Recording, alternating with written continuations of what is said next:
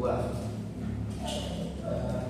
Kita semua berdoa, kita semua berharap bahwa kita menjadi umat Tuhan yang menjadi umat Tuhan yang berbuah bagi Tuhan selama kita hidup.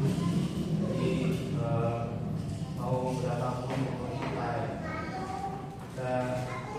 berharap, kita berdoa setiap hari kita menjadi umat Tuhan yang menyenangkan hati Tuhan, Tuhan yang berkenan kepada Tuhan, dan umat Tuhan yang mengerjakan kehendak Tuhan. Amin. Baik, bagaimana kita belajar dari Kematian Matius pasal 13 ayat 1 sampai 23. Matius pasal 13 ayat 1 sampai 23. Matius pasal 13 ayat 1 sampai 23. Perumpamaan tentang seorang penabur. Saya bacakan. Matius pasal 13 ayat 1 sampai 23. Pada hari itu keluarlah Yesus dari rumah itu dan duduk di tepi danau. Kita baca bersama ya.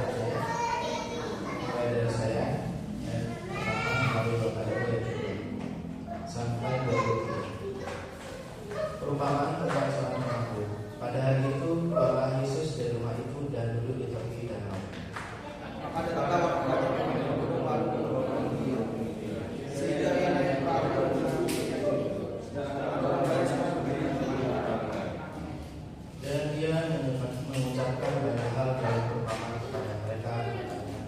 Adalah seorang penabur keluar untuk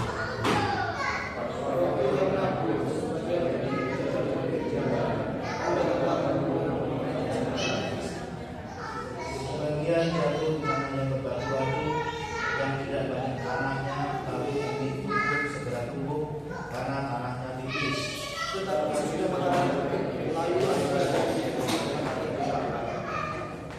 sebagian lagi jatuh di tanah semak duri, lalu makin besar semak itu dan membisiknya sampai mati. Dan sebagian dari tanah yang baik baru tumbuh, ada yang sempat, ada yang siapa bertelinga hendaklah yang mendengar. Maka datanglah orang itu dan bertanya kepadanya, apa orang kata-kata. Jawab Yesus, kepadamu diberi karunia untuk mengetahui rahasia kerajaan sorga, tetapi kepada mereka tidak. Karena siapa yang mempunyai kepadanya akan diberi, sehingga yang berlimpah. Tetapi siapa yang tidak mempunyai, akan mempunyai kepadanya yang tidak. Itulah sebabnya aku berkata-kata dalam perumpamaan kepada mereka, karena sekalipun melihat mereka tidak melihat, dan sekalipun mendengar mereka tidak mendengar dan tidak mengerti. Maka pada mereka dapat membuat Yesaya yang mendengar dan mendengar, kamu tidak mengerti. Sebab hati bangsa ini telah menebal dan telinganya berat mendengar dan matanya melekat tertutup, supaya jangan mereka melihat dengan matanya dan mendengar dengan telinganya dan mengerti dengan hatinya, lalu berbalik sehingga aku menyembuhkan mereka. Tetapi berbahagialah matamu yang melihat dan telingamu padamu. Sebab aku berkata kepadamu, sesungguhnya banyak nabi dan orang benar ingin melihat apa yang kamu lihat, tetapi tidak melihatnya, dan ingin mendengar apa yang kamu dengar, tetapi tidak mendengarnya. Karena itu dengan berdoa itu mengatakan kepada setiap orang yang mendengar firman kerajaan surga tetapi tidak mengertinya, datanglah si jahat dan merampas yang ditaburkan dalam hati orang itu. Itulah benih yang ditaburkan di pinggir jalan.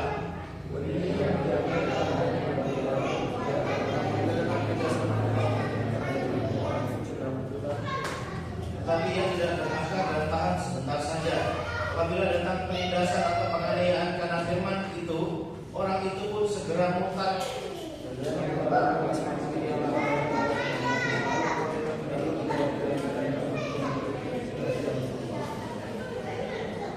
Yang ditaburkan bukan yang baik adalah orang yang mendengar firman itu dan mengerti, dan karena itu ia berbuah. Ada yang 100 kali lipat, ada yang 60 kali lipat, ada yang 30 kali lipat. Kita sudah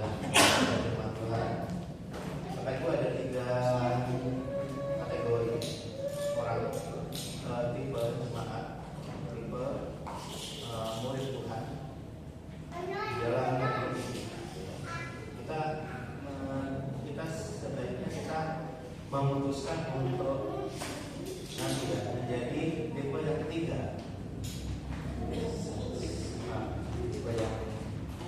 Tipe yang keempat.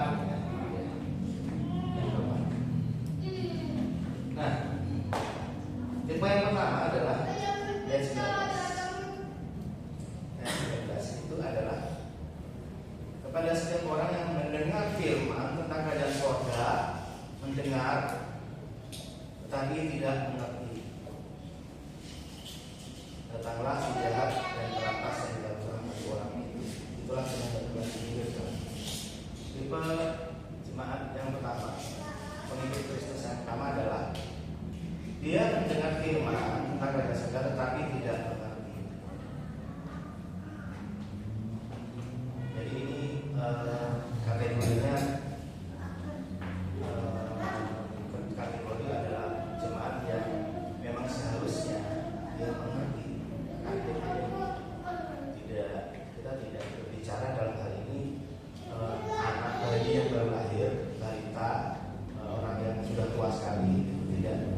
Menurut saya tidak termasuk di sini, karena ini adalah orang yang seharusnya dia bisa mengerti firman Tuhan. Tapi di dalam ayat ini dikatakan tidak mengerti. Nah, maksudnya berlaku untuk orang yang tidak mengerti bisa bermakna yang dalam ayat firman Tuhan ini adalah tidak mau mengerti, tidak mau mengerti, atau tidak mau untuk berusaha mengerti. Ini yang bahaya. Tidak mengerti tapi ya sudah, pokoknya dengar firman, ngerti tidak ngerti ya sudah, pasrah ya. Nah, Bapak Ibu, kita berusaha untuk menghindari hal ini. Waktu kita tidak mengerti, kita perlu merenungkan. Karena firman Tuhan ini bukan hanya sekedar iklan, bukan hanya sekedar sponsor yang tidak penting. Kalau iklan pasta gigi, iklan minuman, iklan pakaian bisa kita abaikan, bisa kita acuhkan, bisa kita tidak hiraukan.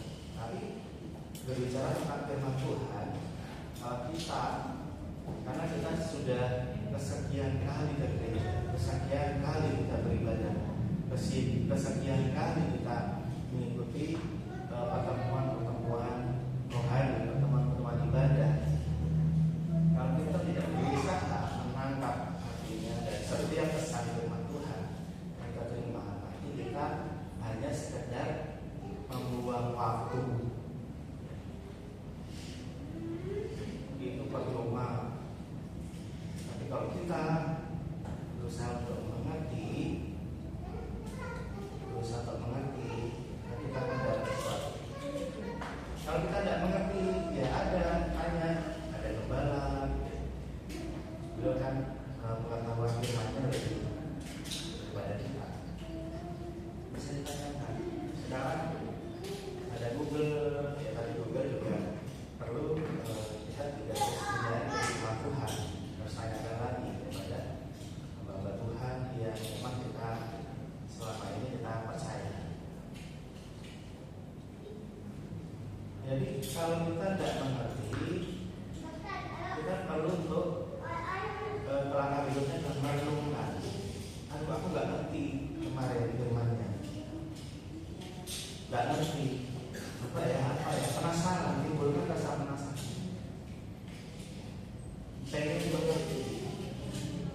Seperti itu. Saat kita tidak mengerti, tanyakan kepada gembala. Mendengar firman Tuhan harus fokus dan konsentrasi.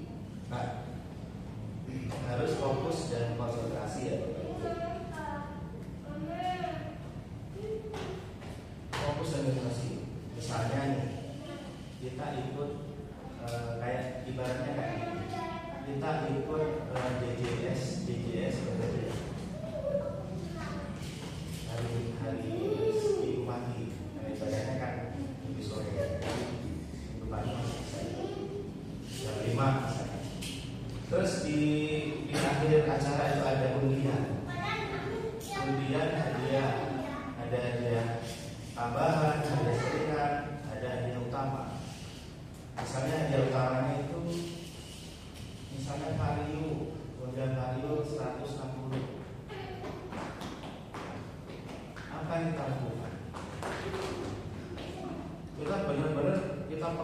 uang kita itu ya, kita pegang uang kita pelototi, kita konsentrasi, siapa tahu yang dipanggil itu adalah nomor kita kan.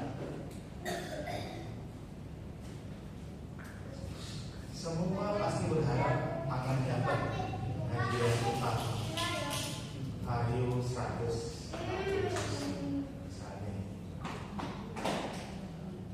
Semua pasti konsentrasi, pasti fokus sama kumpulnya masing-masing, berharap saya dapat hadiah utama. Seperti itu lah, jangan kita kalah sama hal yang sifatnya sementara dunia itu. Tapi untuk ke gereja karena kurang fokus, karena kurang konsentrasi. Saat kita pergi ke gereja, kita perlu mengulas kembali, memperbaiki kembali apa motivasi kita. Apa motivasi kita, apa niat kita untuk pergi ke gereja. Apakah karena hanya kita ini Kristen, jadi kalau itu ya ke gereja, sewajarnya itu ke gereja. Nanti kalau nggak ke gereja ditanya tetangga, kenapa kok nggak ke gereja? Nanti takut seperti itu. Tapi motivasi kita perlu kita perbaiki. Bukan karena KTP kita Kristen lalu kita ke gereja, hari ini ke gereja. Bukan karena kita ingin hanya diberkati usaha, diberkati pekerjaan kita, ya didoain sama Ibu Gembala, diberkatilah usahamu, diberkatilah keluar masuk, itu hanya bonus. Itu bonus. Atau mau bertemu dengan teman-teman. Motivasi kita ini ada motivasi seperti itu. Mungkin itu tidak salah, tapi itu kurang benar. Motivasi ke gereja kita baca di dalam Matius pasal 13 ayat 44.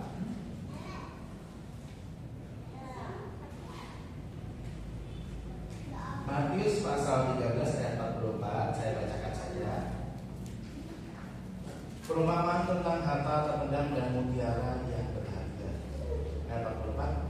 Hal kerajaan sorga itu seumpama harta yang terpendam di ladang yang ditemukan orang, lalu dipendamkannya lagi. Oleh sebab sukacitanya, pergilah yang menjual seluruh miliknya, lalu membeli ladang itu. Ayat 45. Demikian pula hal kerajaan sorga itu seumpama seorang pedagang yang mencari mutiara yang indah. Seorang pedagang yang mencari mutiara. Setelah ditemukannya mutiara yang sangat berharga, yang pergi menjual seluruh miliknya, lalu membeli mutiara itu. Jadi yang pertama adalah seperti dia harta yang terpendam di ladang. Ibarat kita lagi disuruh nyangkul di tanahnya orang, nyangkul kedalaman 1 meter, oke. Ternyata ada peninggalan kuno dari zaman Majapahit ya, dalam situ. Ada piring-piring, ada piala-piala, ada gelas-gelas yang nilainya mungkin ratusan juta. Tutup lagi aja ya. Hasil kita tadi nyangkul ya, tutup. Lalu bilang, Pak, Bu, ini tanahnya dijual nggak? Saya beli ya. Oh iya. Langsung dia jual semua miliknya, semua hartanya untuk beli tanah itu. Karena apa? Karena tanah itu ternyata menghasilkan harta yang melimpah-limpah yang nilainya ratusan juta. Lalu kedua, kayak orang yang cari mutiara yang sangat berharga. Mutiara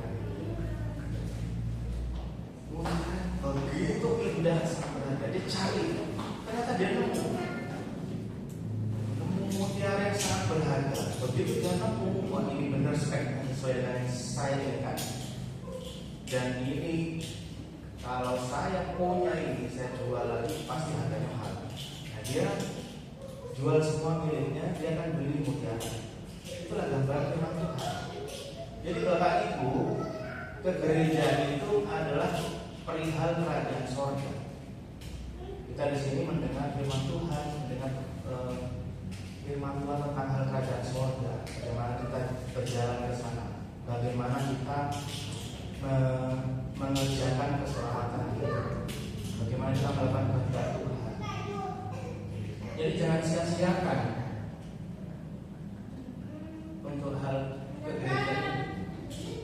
Di gereja, di rumah saat itu boleh ada hal kerajaan sorga. Di gereja ada firman Tuhan tentang hal kerajaan sorga. Saat mau ke gereja, Bapak Ibu, nah kita mau terima hal tentang kerajaan sorga, persiapkan diri kita baik-baik. Persiapkan diri kita sebaik-baiknya. Prepare, persiapan. Apa? Istirahat yang cukup. Jangan ngantuk. Ya, udah belakang. Nggak boleh ngantuk, nggak boleh. Kenapa? Kalau kita disuruh firman Tuhan, disuruh mengerti firman Tuhan, tapi kita nggak fokus, kita nggak konsentrasi, kita ngantuk, gimana kita bisa mengerti firman Tuhan? Nggak bisa, sulit. Jadi kita ke gereja itu bukan dengan sisa-sisa pelajaran, tapi memang itu adalah suatu hal yang perihal kerajaan sorga. Jadi tidak bisa dibuat main-main, tidak bisa dibuat sampingan.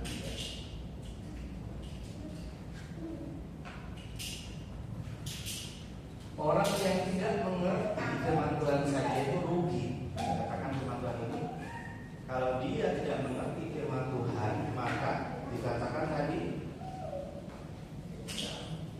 apa? Dikatakan tadi, datanglah ayat 19.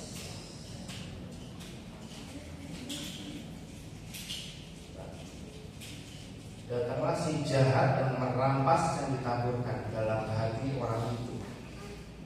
Orang tidak mengerti.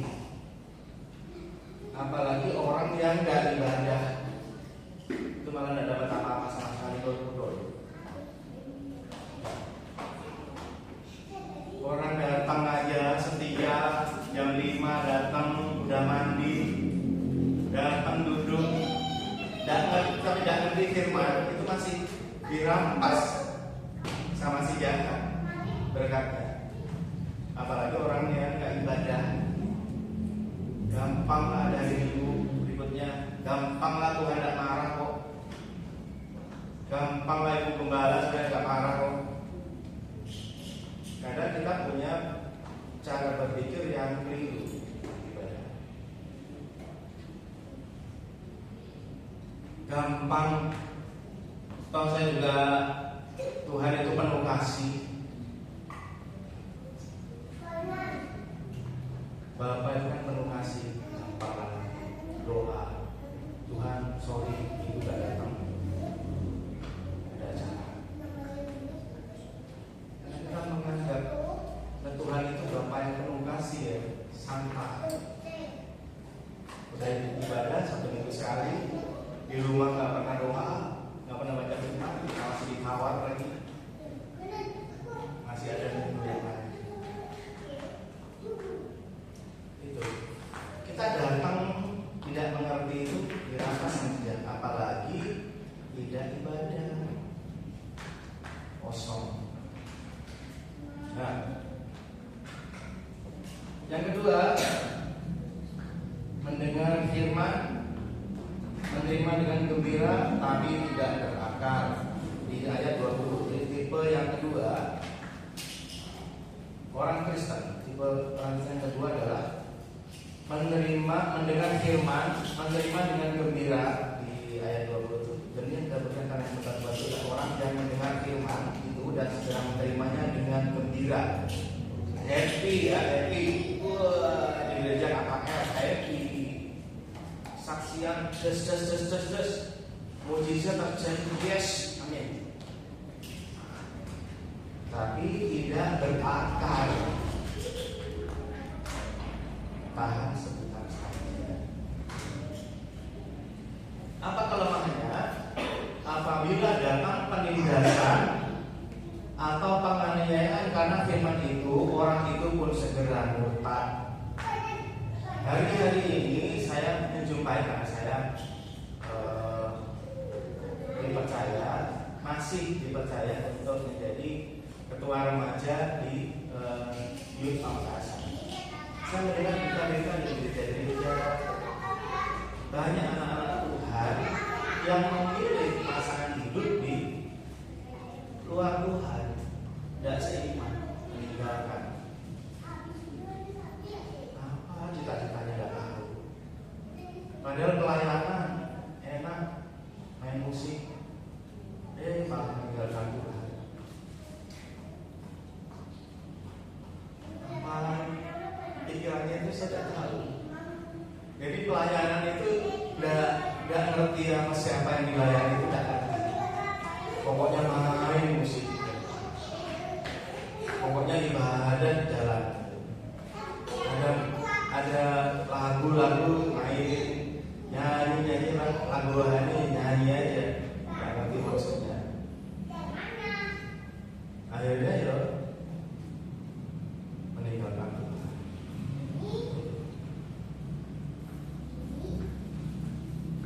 Mendengar, mengerti, tapi tidak menjadi kehidupan. Kita dengar firman Tuhan, kita ngerti firman Tuhan, tapi enggak kita hayati, kita tidak jadikan kehidupan kita. Gitu. Hanya menjadi pengetahuan saja. Ya, habis dengar firman, oh iya saya tahu. Gembira, yes. Mujizat, yes. Tapi dia tidak mengalaminya dalam kehidupannya. Tidak ada perjumpaan pribadi dengan Tuhan. Tidak ada. Cuman tahunya dengar dikata orang. Gak ngalami. Tahunya tuh hamba Tuhan yang besar, hamba Tuhan ini dia bisa melakukan mujizat. Oh dia kagum, dia terkesima dengan seperti ini. Tapi dia sendiri dia gak ngalami. Gak mengalami ditolong Tuhan, gak mengalami untuk mengalami pengalaman bersama Tuhan. Gak mengalami bagaimana berjalan bersama Tuhan. Itu cuma di permukaan aja menerangkan firman itu, tidak berakar. Akhirnya saat penindasan penganiayaan datang, orangnya itu murtad. Pilih sing enak baik, pilih sing selamat baik. Ikut Tuhan itu nanti penderitaan, ikut Tuhan itu nanti disiksa.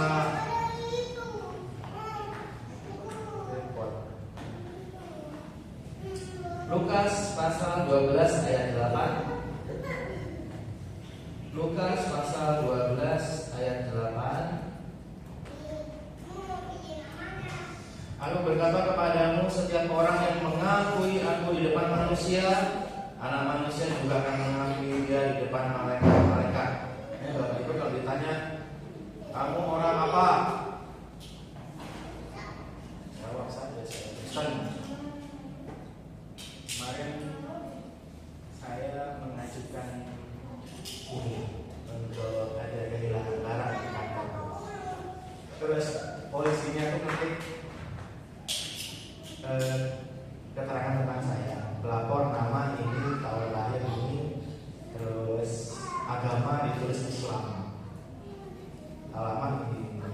Padahal di KTP dia kan melihat KTP saya. Kalau di KTP saya jelas-jelas di situ tulis Kristen.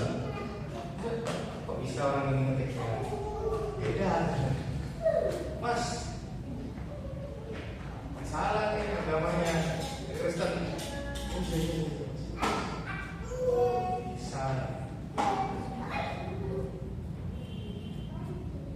Jadi kalau di Lukas 12:8, aku berkata kepadamu, setiap orang yang mengakui aku di depan manusia, Anak manusia juga akan mengakui dia di depan malaikat-malaikat Allah. Ayat 9, tetapi barang siapa menyangkal aku di depan manusia, ia akan disangkal di depan malaikat-malaikat Allah. Nggak diakui sama Tuhan kalau kamu menyangkal.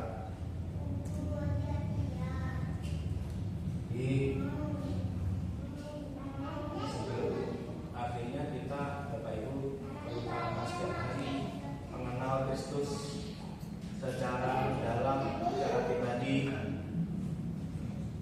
belajar kenapa kok Allah tidak itu Allah yang tunggal, belajar tentang kealahan, supaya apa? Supaya kita bisa menjawab orang-orang ini yang bertanya tentang keimanan kita, bisa menjawab dengan baik, dengan katakan dengan kasih. Nah, mereka yang namanya juga nggak tahu kan. Kita jawabnya dengan kasih, dengan emosi. Yang ketiga, tipe orang Kristen yang ketiga, ayat 22.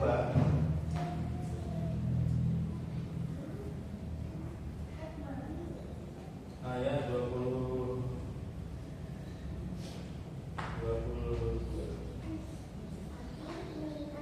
Yang ditaburkan di tengah semak duri ialah orang yang mendengar firman itu, lalu kekhawatiran dunia ini dan tipu daya kekayaan menghimpit firman itu sehingga tidak berubah. Ini tipenya adalah dia mendengar, tapi kekhawatiran dunia dan tipu daya kekayaan menghintitnya sehingga firman itu tidak berubah. Dia mendengar firman tapi gampang kalah dengan masalah-masalah kekhawatiran. Berapa banyak dari kita ini yang masih saja kalah dengan hal-hal yang mengkhawatirkan kita. Memang Bapak Ibu, selama di dunia ini pasti ada masalah-masalah yang menyebabkan kita khawatir. Tidak ada namanya orang yang santai. Kenapa? Kadang kita ini diperhadapkan kepada permasalahan yang tahu-tahu itu tiba-tiba datang. Pas kita lagi tenang, enak, santai, kita tahu datang masalah.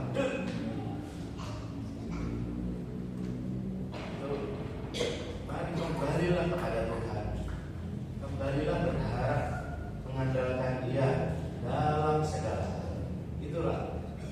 Masalah bisa datang, tapi mari kembali untuk berharap kepada Dia, berharap menggantungkan segala pengharapan kita kepada Tuhan. Amin. Amin. Kita mau satukan prinsip kita, satukan cara berpikir kita ini, bahwa setiap ada masalah, dia bisa datang. Tapi kita akan memilih untuk berlindung berharap Tuhan. Pasti tolong. Khawatir nggak nyampe omset misalnya. Khawatir barang-barang, harga barang-barang naik.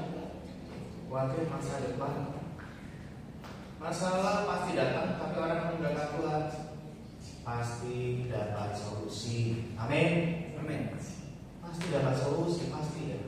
Karena apa? Ya, saya juga tidak pernah lepas dari masalah. Semua kita tidak pernah lepas dari masalah. Apalagi di tengah-tengah orang-orang yang tidak seiman dengan kita, orang-orang yang cara berpikirnya itu kan berbeda-beda, karakternya berbeda-beda.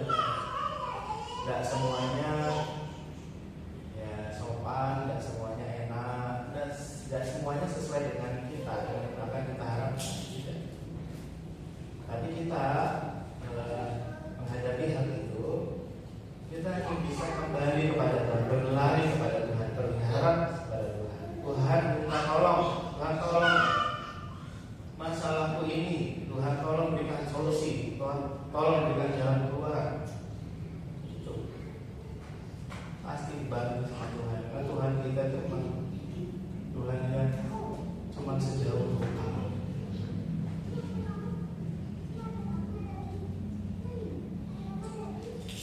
Matius pasal 6 ayat 34. Matius pasal 6 ayat 34. Inilah firman Tuhan. Sebab itu janganlah kamu khawatir akan hari besok, karena hari besok mempunyai kesusahan sendiri. Kesusahan sehari cukuplah untuk sehari. Nah, itu pegang firman Tuhan ini. Makanya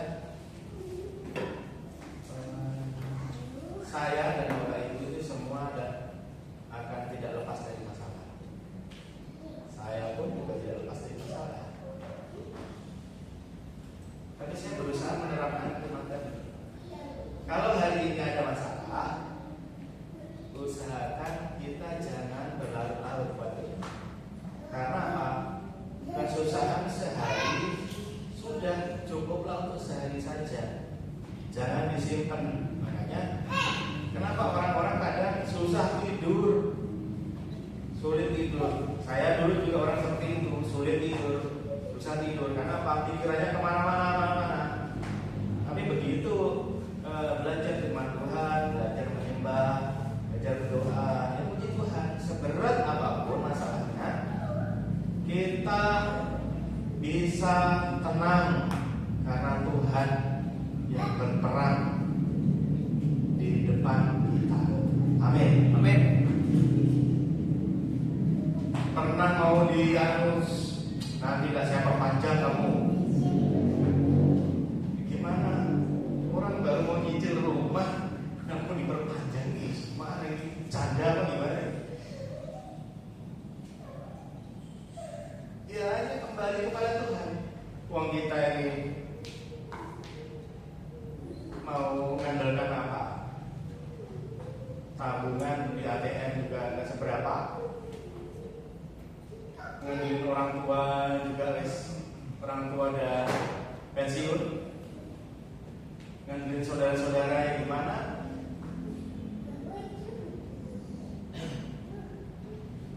Ya, cuman bisa kembali kepada Tuhan. Doa jam 1:30 pagi. Nggak tolong sama Tuhan, ya sudahlah Tuhan. Kalau engkau nggak tolong ya kayak apa aku ini sudah tahu. Doa. Akhirnya apa? Tuhan yang menolong itu ya. Tidak tanggung-tanggung. Tuhan jawab doanya. Bahkan Tuhan angkat ke rumah sakitnya. Tidak. Bukan kaleng-kaleng, udah Tuhan yang nolong itu. Tuhan tolong masalah kita bisa lepas. Tuhan angkat tempat kerjanya jadi yang pokoknya di atas. Sampai gak ada yang bisa ngalahin ya. Benar. Kita berharap sama Tuhan itu sudah rugi, untung. Alami perjumpaan pribadi dengan Tuhan. Dengan apa caranya? Dengan menyelesaikan menghadapi setiap permasalahan itu bersama Tuhan. Yes. Amin. Amin. Itu selesaikan itu bersama Tuhan. Itu dari kekayaan 1 Timotius 1 Timotius pasal 6 ayat 9. 1 Timotius pasal 6 ayat 9. Saya bacakan. Tetapi mereka yang ingin kaya terjatuh dalam pencobaan, ke dalam jerat dan ke dalam berbagai-bagai nafsu yang hampa dan yang mencelakakan, yang menenggelamkan manusia ke dalam keruntuhan dan kebinasaan. Betul. Mereka yang ingin kaya, maksudnya apa?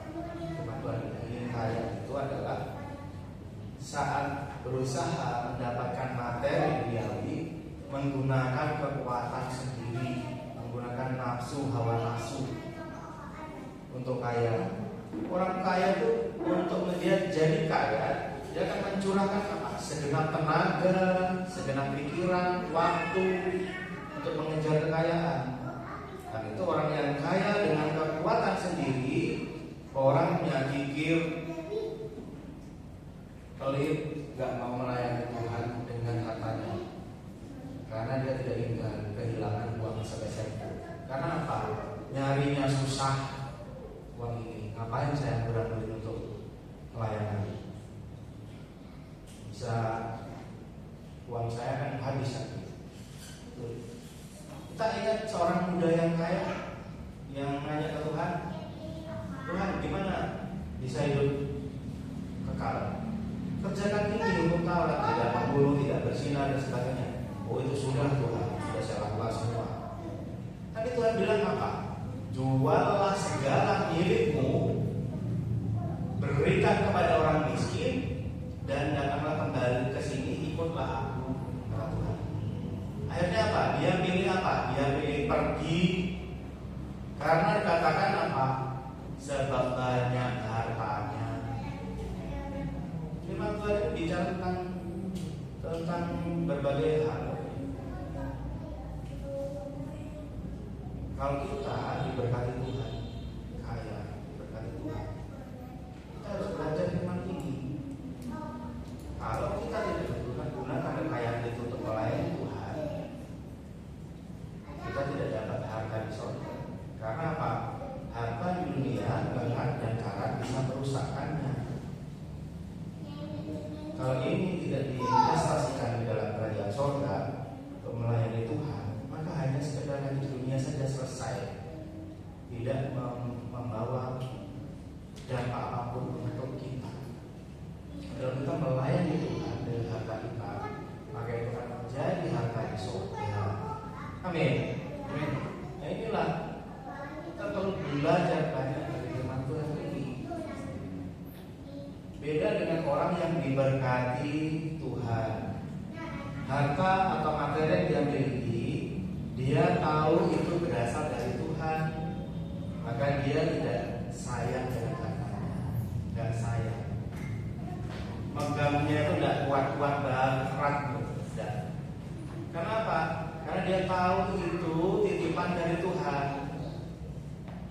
bukan karena hasil usahanya dia.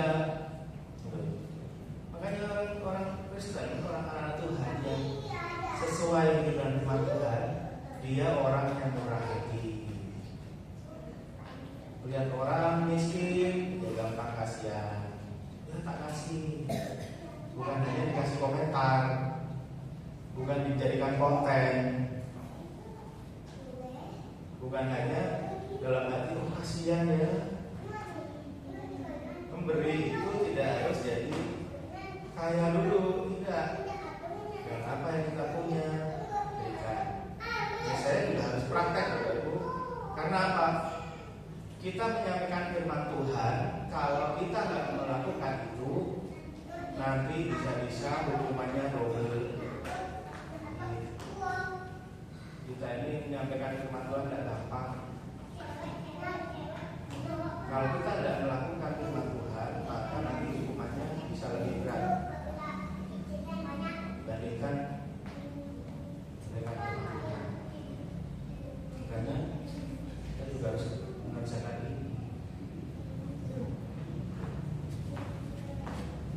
Yang terakhir, yang keempat,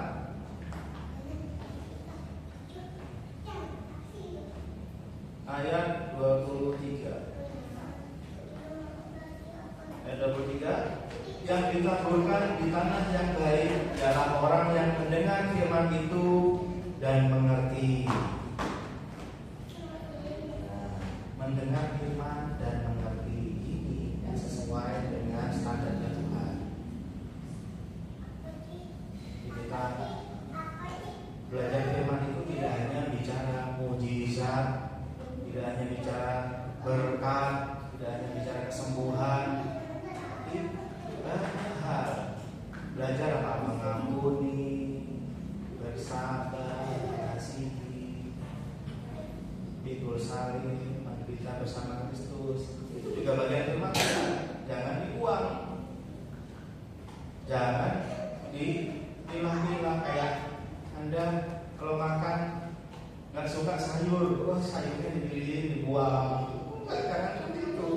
belajar firman Tuhan itu makan saja semuanya firman itu.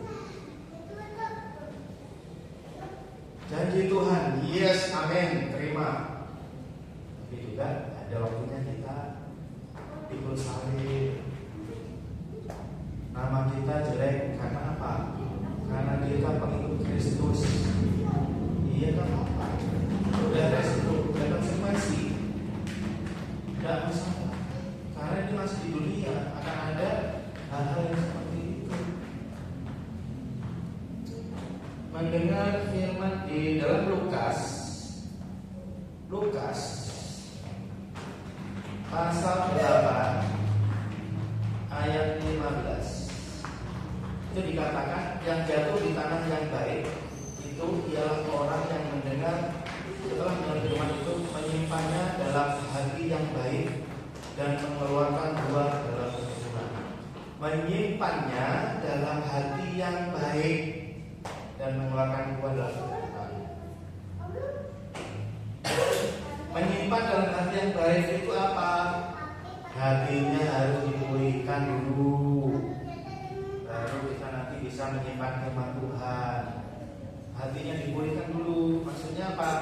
Minta supaya Tuhan membersihkan hati kita, lakukan pemberesan. Banyak kasus yang terjadi apa? Anak-anak Tuhan ini terjerat dengan masalah apa?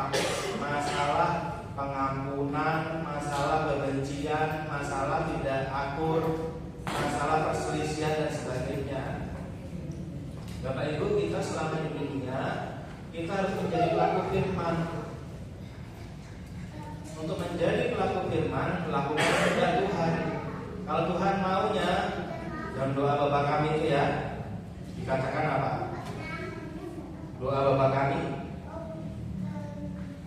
ampunilah kami akan kesalahan kami, seperti kami juga mengampuni orang yang bersalah kepada kami. Itu ayat berikutnya dikatakan, kalau kita tidak mengampuni orang, maka Bapakmu yang di surga juga tidak akan mengampunimu. Kayak orang yang punya hutang tuh. Saya punya teman dia hutang 5.000. Oh dia tolonglah saya nggak bisa bayar, sudah dihapuskan.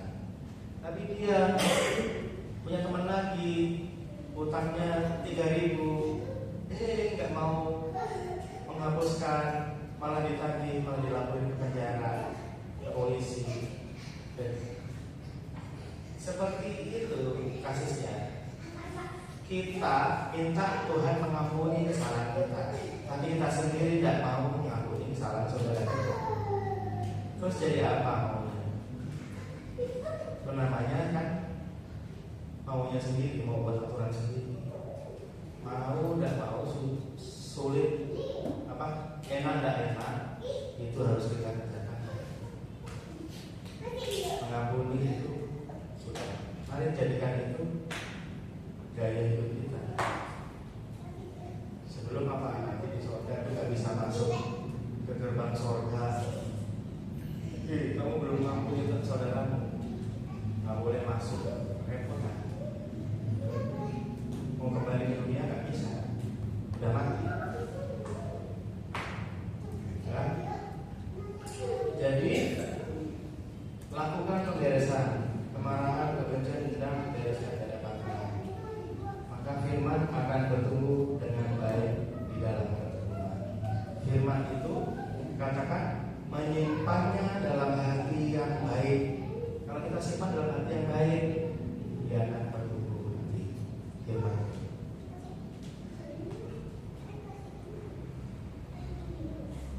Matius pasal 3 ayat 10. Banyak ayatnya. Kita lagi selesai. Matius pasal 3 ayat 10. Kapak sudah tersedia pada akar pohon, dan setiap pohon yang tidak menghasilkan buah yang baik pasti ditebang dan dibuang ke dalam api. Kita ini ibarat pohon. Tuhan adalah yang memelihara pohon ini, dan Tuhan menginginkan buah dari pohon ini.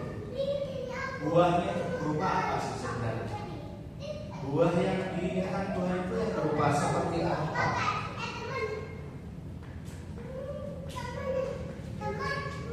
Oke, selesai. Matius pasal 3 ayat 8. Hasilkanlah buah yang sesuai dengan pertobatan. Nah, buah lagi. Buahnya seperti apa? Galatia 5 ayat 22 sampai 23. Galatia 5 ayat 22 sampai 23. Ini yang Tuhan inginkan. Buah roh ialah kasih, sukacita, damai sejahtera, kesabaran, kemurahan, kebaikan, kesetiaan, ayat 23. Kelemahan, lembutan, penguasaan diri. Hubungan orang Kristen dengan Tuhan Yesus itu ada kasih, sukacita, damai sejahtera. Kita sebagai anak Tuhan ikut Tuhan setiap hari sampai minggu. Kita punya saat teduh, kita berdoa. Kita nanti dikasih Tuhan itu adalah apa? Kasih, sukacita, damai sejahtera. Berarti kalau kita nggak biasa saat teduh, biasa doa pagi, kita nggak satu hari aja kita bolong. Rasanya tuh aduh nggak karuan. Tapi kalau kita berdoa, kita punya waktu untuk berdoa, baca firman, ada sukacita, ada damai sejahtera. Itu tidak tergambarkan. Dapatnya dari mana sukacita dan damai sejahtera itu? Nggak bisa kita beli di mana, di toko ataupun di supermarket di mana pun, nggak bisa. Itu datang secara supranatural. Tahu-tahu aja udah happy setiap hari. Nggak tahu dari mana kamu sukacita? Apa karena tanggal muda? Apa karena kamu baru dapat hadiah? No, itu hanya sementara. Tapi kalau kita dipenuhi Roh Kudus, seperti dengan Tuhan setiap hari, ada sukacita setiap hari, damai sejahtera. Nggak gampang mut-mutan, nggak gampang galau, nggak gampang kacau, nggak gampang marah-marah. Ya. Ada sukacita setiap hari. Mau duitnya banyak, duitnya nggak banyak, happy. Iya benar. Itu cara dapatnya nggak tahu. Makanya kalau kita setia duduk di bawah Tuhan setiap pagi, itu dikasih Tuhan secara otomatis. Makanya hatinya itu tak kosong. Kadang kita dengar orang-orang yang konglomerat, duitnya banyak, hartanya, asetnya banyak, tapi kok ya bunuh diri, lompat dari lantai sekian sampai mati gitu. Kalau lompat dari lantai yang tingginya 1 meter kan mati. Kalau ini bisa mengakhiri kehidupannya itu, padahal dikatakan dia banyak asetnya, banyak hartanya. Dari mana? Karena hatinya kosong. Harta itu tidak sanggup mengisi dengan sempurna hati. Nah, kesabaran, kemurahan, kebaikan. Hubungan orang Kristen ini sama. Sabar, murah hati, bagi kebaikan. Jadi kebaikan itu bagian daripada buah roh, bukan? Yaitu bagian saat kita mengikut Kristus, yang harus jadi baik. Bukan orang itu semua dituntut jadi baik, dan tahu baik itu siapa. Baik itu karena apa? Dia nama Tuhan dipermuliakan lewat kita. Bukan baik-baik sekarang sendiri. Pokoknya baik sama orang, pokoknya baik sama orang. Kita baik sama orang karena Tuhan sudah baik sama kita. Karena Tuhan itu menghendaki kita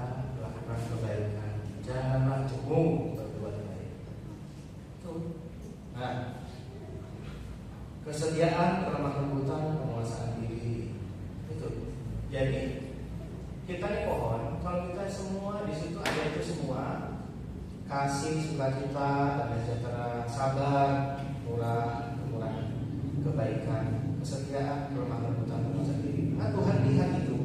Oh, ini pohon ini, anakku ini sudah berbuah, buah. Kalau kita ada itu, kasih, sukacita, damai sejahtera, sabar, kemurahan, kebaikan. Kalau sudah ada itu, dikatakan tadi apa? Kapak sudah siap menebang kita ini pohon-pohon yang tidak berbuah. Kalau pohonnya tidak berbuah nanti ditebang sama Tuhan. Makanya jadilah anak Tuhan yang berbuah. Puji Tuhan.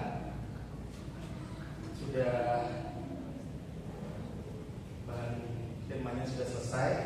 Bapak Ibu, jadi kita mari putuskan untuk menjadi orang Kristen, dan lebih dalam lagi adalah anak Tuhan yang di bagian keempat ini mendengar firman Tuhan dan mengerti.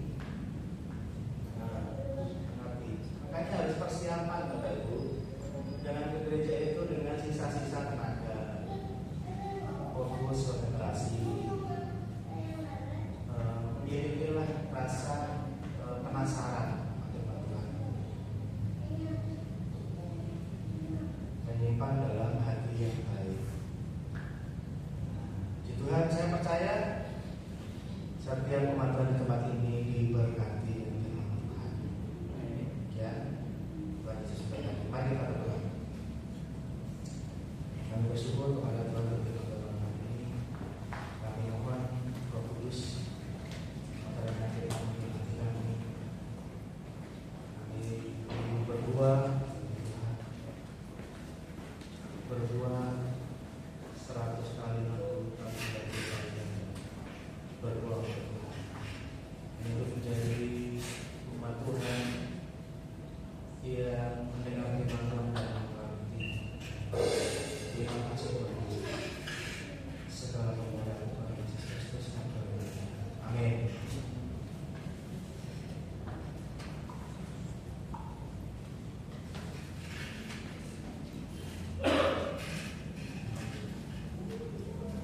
Terima kasih untuk pelayanannya, Saudara Alvan. Tuhan Yesus memberkati.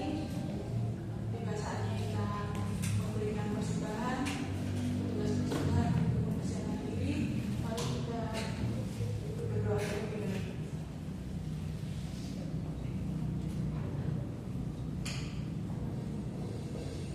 Mari kita berdoa. Bapa di dalam nama Tuhan Yesus, kami bersyukur atas segala kebaikan-Mu.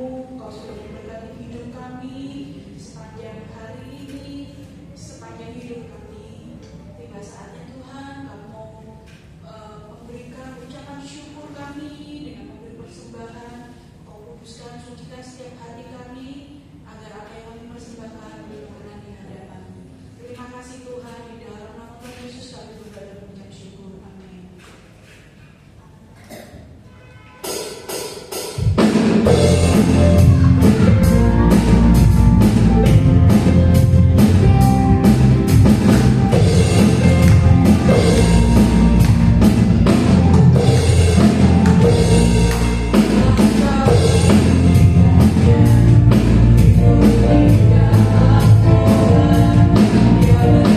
Terima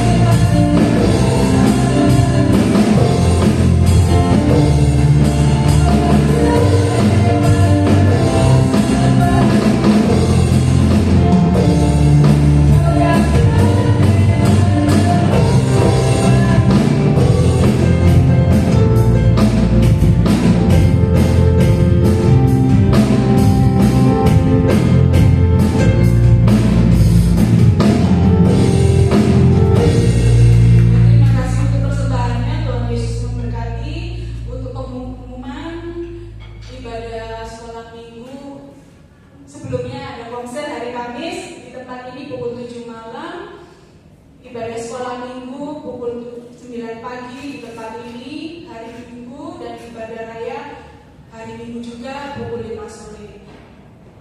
Untuk berikutnya saya serahkan kepada Ibu Mutiara untuk melakukan.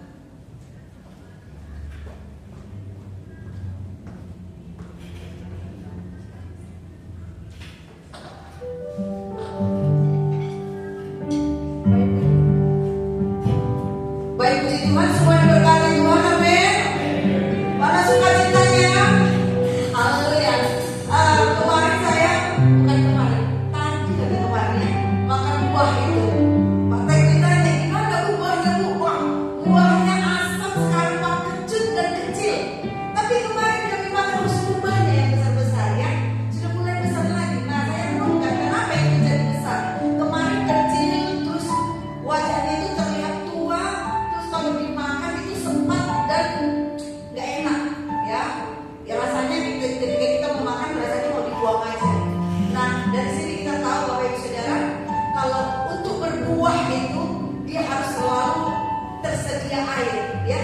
Sekarang kan ada musim-musim ini ya, ada hujan-hujan sedikit-sedikit. Kalau kemarin kan benar-benar kepanasan luar biasa, apalagi sempat mati air. Wow, banyak yang mati itu, bunga kering gitu ya. Jadi di sini kita tahu untuk berbuah Bapak Ibu Saudara, untuk berbuah harus selalu banyak airnya ya. Kita bisa dapatkan siraman, kalau tidak ada yang siram, kita harus mampu untuk menarik air kita sendiri. Seperti pohon yang akarnya kuat sampai ke dalam. Jadi jangan sampai mengandalkan yang lain untuk siram kita. Karena kalau kita mengandalkan yang lain, kita tidak akan bisa menghasilkan buah yang bisa dinikmati. Walaupun kita terpaksa berbuah, menghasilkan sesuatu tidak bisa dinikmati. Bahkan kepingin dibuang, jadi tak enak. Tapi kalau kita selalu dapat air Bapak Saudara, maka kita akan berbuah dan enak rasanya. Ditunggu merahnya, kalau sempat lihat merah ambil, kalau enggak langsung saya habisin semua. Pagi-pagi udah lihat gitu ya, dipetik gitu. Jadi Bapak Saudara, kita mau berbuah. Firman Tuhan hari ini semua, jangan ada yang tidak mau berbuah, tapi harus mau berbuah ya. Kita harus kerja keras. Iblis yang datang menyerang kita itu pasti iblis lapar. Makanya dikatakan iblis datang seperti singa yang mengaum-ngaum. Kenapa mengaum? Karena dia lapar Bapak Saudara. Kalau singa yang lapar Bapak Saudara, tentu kalau bisa langsung dihap ya. Jadi jangan persiapkan diri kita untuk langsung dihap oleh si iblis ya. Ketika musuh datang kita langsung tenggelam ya. Kita langsung habis, tercabik-cabik. Saya baru merenungkan firman Tuhan dalam minggu-minggu ini. Kita itu mau berperang atau mau menghalau. Kalau mau berperang kita mungkin akan kena senjata dan kita akan tembak. Tapi kita ada waktunya untuk menghalau. Kita tidak perlu kena serangan, tetapi kita menghalau. Tahu yang namanya menghalau? Mungkin para petani tahu ya. Yang namanya menghalau contohnya kita punya ternak. Kita nggak pukul-pukul, tetapi diusir-usir gitu. Kalau musuhnya itu diusir aja, kita nggak kena serang. Tetapi kalau kita berperang, kita akan kena serang, kita bisa tepar juga. Jadi ada waktunya kita itu menghalau Bapak Saudara. Ketika singa datang, kita halau. Dengan bagaimana kita jangan mau hancur dalam permasalahan yang ada. Jadi oleh karena itu hari ini apapun pergumulan Bapak Ibu Saudara, singa yang mengaum-ngaum ada di sekitar kita, siap untuk menghancurkan kita, tergantung keputusan Bapak Ibu Saudara. Mau hancur atau mau tetap berbuah. Kalau mau berbuah, mari tetap berada dalam posisi basah, yaitu berada dalam aliran air kehidupan, dekat selalu dengan Tuhan. Amin. Mari kita bangkit berdiri. Kuasa Tuhan Yesus kudasar ini luar biasa, tak terbendung kuasanya. Mari kita puji-puji, memuji Tuhan, memuliakan Tuhan. Kami memuji kebesaran-Mu yang maha besar ada dalam hidupmu, ada dalam hidup saya, dan Dia siap menyatakan kebesarannya untuk Bapak Ibu Saudara. Haleluya. Hallelujah.